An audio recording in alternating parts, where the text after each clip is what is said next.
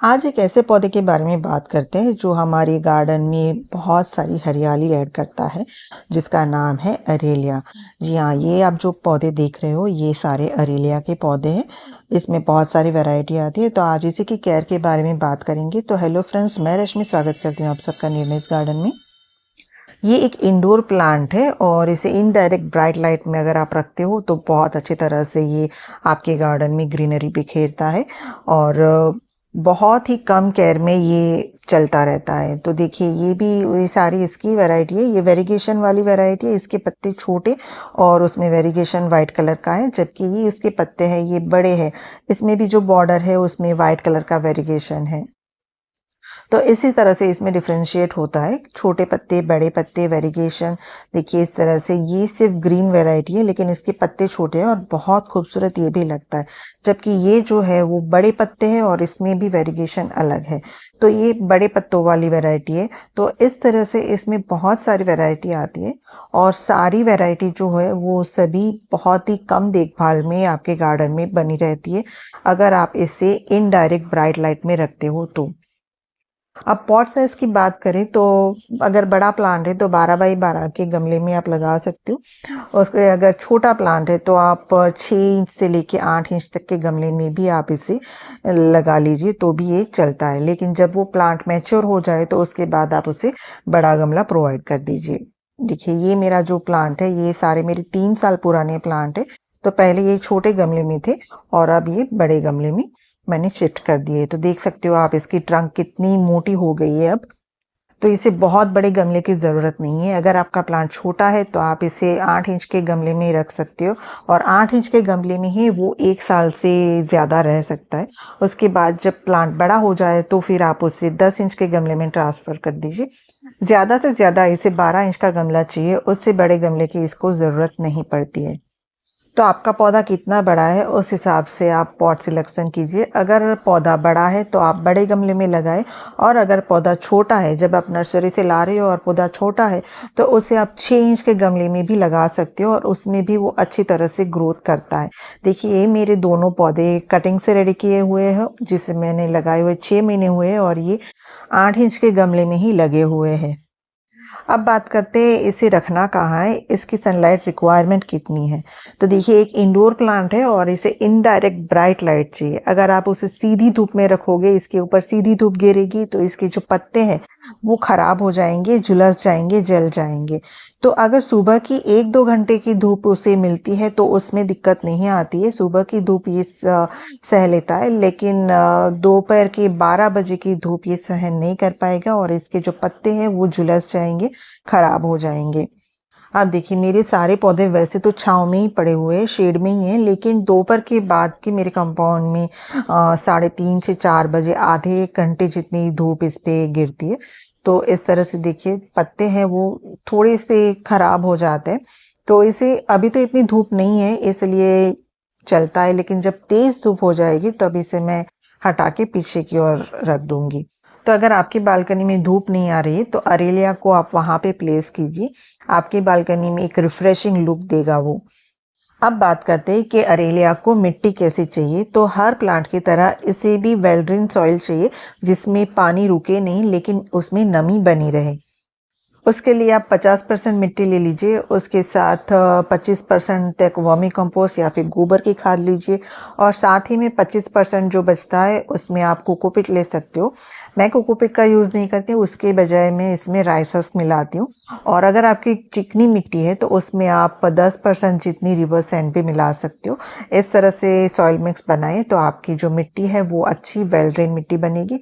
मैंने देखिए कल ही इसमें पानी दिया है तो सारी मिट्टी अभी गीली है, तो मैं आपको कुरेद के नहीं दिखा सकती। इस तरह के सॉइल मिक्स आप बनाओगे तो आप जैसे ही उसमें पानी डालोगे तुरंत ही वो पानी ड्रेन आउट हो जाएगा और जितनी भी नमी प्लांट को चाहिए वो उसमें बनी रहेगी। और फिर से पानी तभी देना है जब इसकी टॉप सॉइल है वो 1 से 1.5 इंच तक सूख जाए। उसके बाद ही हम फिर से इसमें पानी देंगे। ओवर वाटरिंग से इसकी जो जड़ें हैं वो सड़ जाती है और फिर प्लांट खराब हो जाता है। तो ओवर वाटरिंग ना करें, जब भी उसकी टॉप सॉइल ड्राई हो तभी उसमें फिर से पानी दें। अब बात करते हैं फर्टिलाइज़र की। तो बार बार इसे फर्टिलाइज करने की ज़रूरत नहीं पड़ती है। जब हमने इसे रिपॉट किया है या फिर जब हमने इसे पॉट में लगाया है, तब हमने इसमें जो फर्टिलाइज़र दिया है उसमें ही ये खुश रहता है।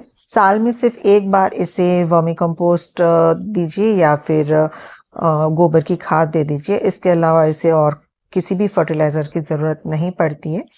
और हो सके तो फ़रवरी में आप इसको खाद दीजिए, क्योंकि सर्दियों में ये प्लांट थोड़ा सा डोरमेंट होता है, इसमें इतनी ग्रोथ नहीं होती है। लेकिन जैसे ही स्प्रिंग सीजन स्टार्ट होता है और गर्मियाँ धीरे धीरे जब शुरू होती है, तब इसमें अच्छी ग्रोथ होने लगती है।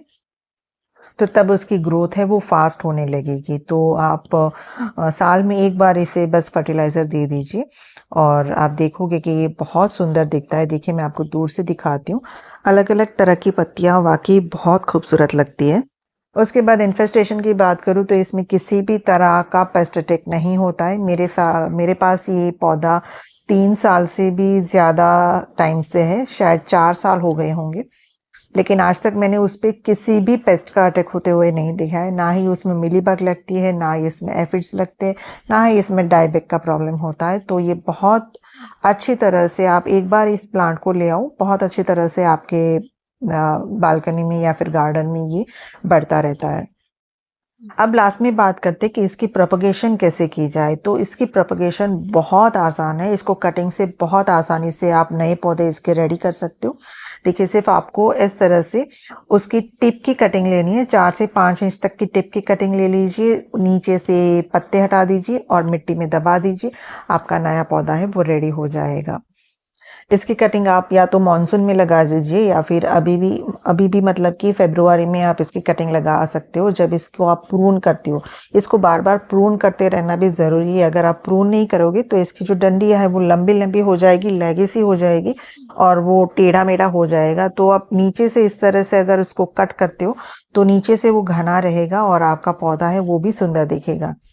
देखिए, मैं आपको दिखाती हूँ। यहाँ से मैंने कट किया था, तो इसको मैंने अक्टूबर में कट किया था और उसकी मैंने कटिंग लगाई थी, जबकि यहाँ से 2 ब्रांचेस निकली है। तो इस तरह से आप नीचे से कट लगा दीजिए और फिर उसको आप घना कर सकते हो और उस कटिंग को आप मिट्टी में दबा दीजिए। आपकी कटिंग 100% लग जाएगी। बहुत इजी टू ग्रो होता है ये प्लांट। तो जब भी आप इसको प्रून करो तो इसकी कटिंग लगाना ना भूलें। और देखिए, इसको बांधना भी, इसको सपोर्ट देना भी ज़रूरी होता है, क्योंकि इसकी जो स्टेम होती है वो इतनी मजबूत नहीं होती कि वो अपना वजन खुद से ले सके। वो थोड़ी सी भी अगर लंबी हो जाती है ना तो वो टेढ़ी हो जाती है। तो इसे किसी भी लकड़ी के सहारे आप इसे बांध दीजिए तो ये अच्छे से खड़ी रहेगी। और इसीलिए हमें इसे समय समय पे प्रून करते रहना पड़ता है। नहीं तो अगर ये एक ही डंडी बहुत लंबी जाएगी तो ये इतनी सुंदर नहीं दिखेगी। तो समय समय पर अगर हम इसे प्रून करते हैं तो पौधा घना भी बनता है और सुंदर भी दिखता है। तो जैसे ही थोड़ी सी लंबी डंडी हो जाए तो उसे आप प्रून कर दीजिए, कट कर दीजिए और नया पौधा रेडी कर लीजिए। देखिए, ये दोनों पौधे मैंने कटिंग से ही रेडी किए हुए हैं। तो इस तरह से आप भी अपने अरेलिया के पौधे को बढ़ाइए और अपने गार्डन को हरा भरा रखिए। तो उम्मीद है आप सबको वीडियो पसंद आया होगा। अगर वीडियो पसंद आया है तो लाइक, कमेंट, शेयर कीजिए। चैनल पर पहली बार आया है तो बेल आइकन प्रेस करके सब्सक्राइब भी कर लीजिए। Thank you.